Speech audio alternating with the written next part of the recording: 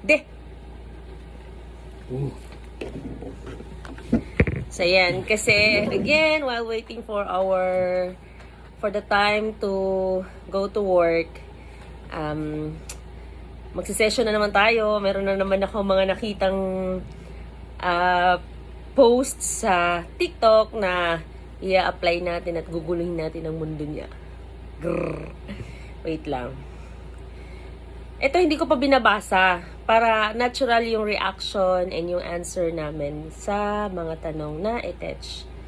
So, one of the questions na nakita ko, mga uncomfortable questions for couples na nakita ko, pinili ko lang pala yung mga married couples na mga questions. But, hindi ko pa siya as in literal na nababasa. Screenshot lang ako, kaya ito kung makikita nyo. Maraming mga screenshots.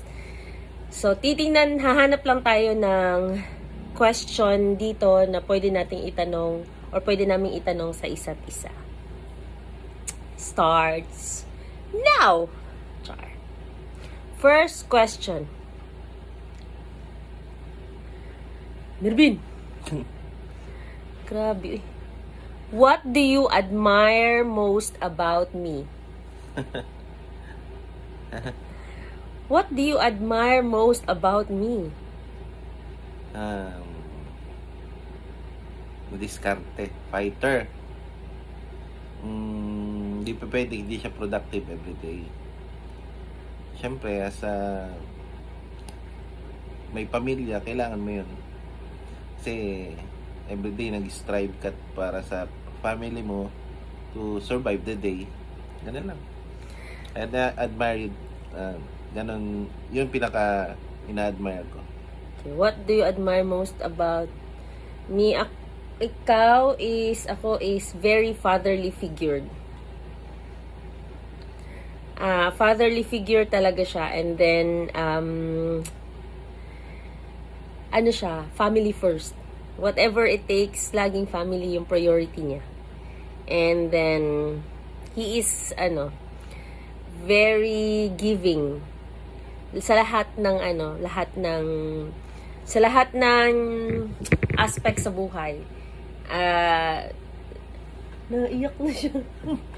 Umiiyak. Ngayon niya lang ako narinig. Hindi, giving siya when it comes to sa lahat ng aspect. Sa time, alam niyang demanding yung trabaho ko. Kahit ayaw niya, pero he's very giving. Kasi alam niyang kailangan ko, kaya sinusuportahan niya na lang ako. Pero not to the point din na ako iniisip ko din naman sa part ko na pag hindi naman din talaga kailangan or kung beyond limit na, nag-a-adjust din ako ng konti. Pero matigas pa din ang ulo ko. But in all, he's very giving husband sa lahat ng aspect. Yun. Second question. Ano ba itong kadramahan na to? Next question. Mana? Oh. What do you think my weakness is? Ano yung weakness ko? Ikaw muna. Ano weakness ko? Ikaw? Being alone. Alone? Kwan lang, parang tawag doon, parang I don't think so. hindi naman to the point na kailangan mo ng other people para maka-work ka or maka-move ka sa iyong mga gusto. Parang nakikita ko sa iyo na parang yung sadness sa mata mo kapag halimbawa parang wala ka nakakausap, gano'n. Kasi sobrang demanding nga ng work mo. Yun.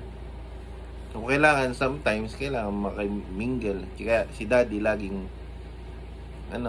nandito. Kailangan mo ng banding. What do you think my weakness is? Ako yung weakness niya kami. Hindi siya mabubuhay pag wala kami. Lagi yan. Meron kaming before mga mga younger age pa yung nag-aaway kami dahil pinagdadaanan ng married couple na up to the point na gusto na maghiwalay na, pero yun nga, yung discussion namin is, yung sabi niya, I really can't live without you guys. Parang kayo yung buhay ko. So, next question is nagpadala ako ng pambayad sa pagkain ng aso.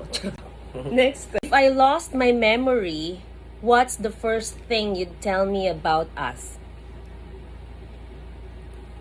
Good question. Good question.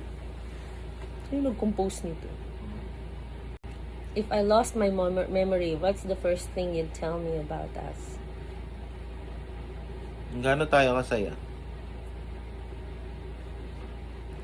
Ako? Kung sino ako, kung paano kita inalagaan, and para sabihin ko pa rin sa'yo kahit kahit di mo ako kilala na, sasabihin ko pa rin sa'yo na di mo ako kailangang makilala ka agad ulit. Basta alagaan pa rin kita. Tuloy-tuloy. Ako, para maalala niya siguro yung moment na yun, iniisip ko is, tatawagin ko siyang, hi pangit, this is pangit. Kasi, yun yung tawagan namin when we first met. Char! Ganun lang. Next question. If you could change... Talo na Lakers.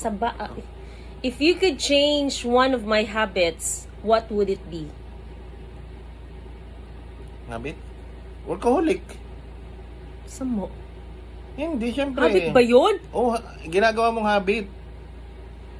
Kasi nakasanayan ko nga eh. Oh, kaya nga. Oh. So, syempre, tumatanda. Hindi ko naman sinabi matanda. Tumatanda, ang energy is naglo-low. So, minsan dapat kasi di ba yun? lie low. Oh, ganito. Pinaglalaban na naman. Sinasabi pala kayo wag na, next question na. Hindi, kasi alam niya na nagkakasakit ako pag hindi... At saka yung yung coffee mo, tsaka sa mga taba ng baboy, buti nga ngayon, hindi na masyado. Maghiwalay na lang tayo, wag yung tanggalin ng kape ko. Hindi tanggalin ang kape, yung... Minimize. No, I don't drink black coffee na naman. Meron naman akong coffee ng Lux Slim, charot. Kasi wala siyang mga hyperacidity. So, yun. And hindi ako laging nagugutom. So, I don't crave for black coffee anymore. Yun lang. Next question. Kasi ito, yesterday, tatlo lang yung questions namin. And then may nag-message sa akin. Sabi niya, dami-damihan mo naman yung mga questions para So, okay. Kung ano yung mga nakita ko, That's an enemy. Hindi masyado. Sabaan niyo. Sige. Third quarter na, What's one thing you are scared to ask me but really want to know the answer to? What's one thing you're scared to ask me? Pero gusto mong malaman ang sagot. What's one thing you're scared to ask me but really want to know the answer to? Kuwan, kanang... Alam mo, kinakabahan ako sa mga tanong dito kasi hindi ko binabasa. Kung gusto ba niya talagang grow old with me, gusto niya ba akong makasama na kahit syempre ngayon medyo meron na tayong mga ligalig, so much more siguro pag mas matanda na, mas medyo may ligalig na tayong dalawa. So ready ka ba sa ganun? Kung baka magbatuan tayo ng tinapay. Ako, hindi mo to nakikita. I don't know if you have noticed it, pero every time you stand up na naglalakad ka or may kinukuha ka, like example, kagabi yung nag-grocery tayo, may kinukuha ka, tapos parang nagpapak kasi tinutulungan mo si sales agent, si bagger na magpack ng binili natin. Nung tinignan kita, I was thinking na, lagi ko naman naisip to pag nakikita kitang naglalakad alone or pag naisip ko na, this man is, ito talaga yung lalaking or taong gusto kong makasama ng panghabang buhay na I can't live without.